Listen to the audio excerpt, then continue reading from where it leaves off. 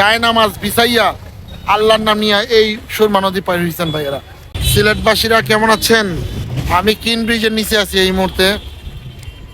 আসছিলাম একটা কেনাকাটা করার জন্য, মাজার জিয়ারত করলাম এই মুহূর্তে। এই যে দেখতে পারতেছেন খুব অসাধারণ একটা পরিবেশ, মনোরম পরিবেশ। আব্দুল হাবিব আমার সাথে আছে,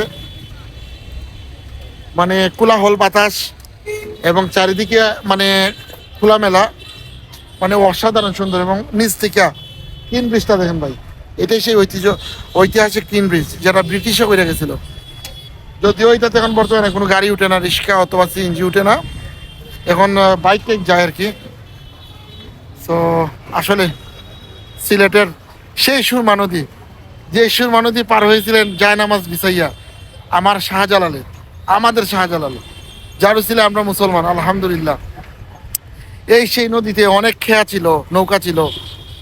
গৌর গোবিন্দ শাহজালাল বাবা আসবে এটা শুনে সকল নৌকা ওইখান থেকে উঠাই নিয়ে গেছিল। তো শাহজালাল বাবা কোনোভাবে এই নদী পার হইতে পারতেছেন না, শহরে ঢুকতে পারতেছেন না। তো আলহামদুলিল্লাহ উনি বলছেন আমি পার হবো আল্লাহর নামে। উনি কি করলেন? যায় নামাজ বিছাইয়া আল্লাহর নাম নিয়ে এই সুরমা নদী পার হয়েছেন ভাইয়েরা। ওয়াও!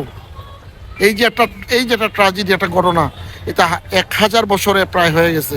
শাহজালাল দুনিয়া থেকে পর্দা করছে, এখনো আমরা সেই স্মৃতি এখনো আমরা বলে বেড়াই। আলহামদুলিল্লাহ আমার বিশ্বাস কিয়ামত অবধি শাহজালাল বাবার নাম থাকবে, আর যতদিনই বাংলাদেশ আছে আলহামদুলিল্লাহ। তো যাই হোক, সবাই দোয়া করবেন। হাবিব কিছু বলবে? কিছু বলতে না কেন? ভালো লাগতেছে না? Feelings so good. আসলে অনেক ভালো লাগতেছে, ভিডিও করার চেয়েও মানে খুব ভালো লাগতেছে যে পরিবেশটা। ওই যে সেলফির ব্রিজ, কাজীর বাজারের ব্রিজ দেখা যায়। যাই হোক বন্ধুরা, সিলেট আসলাম, সবার লাগে দোয়া করছি ইনশাল্লাহ।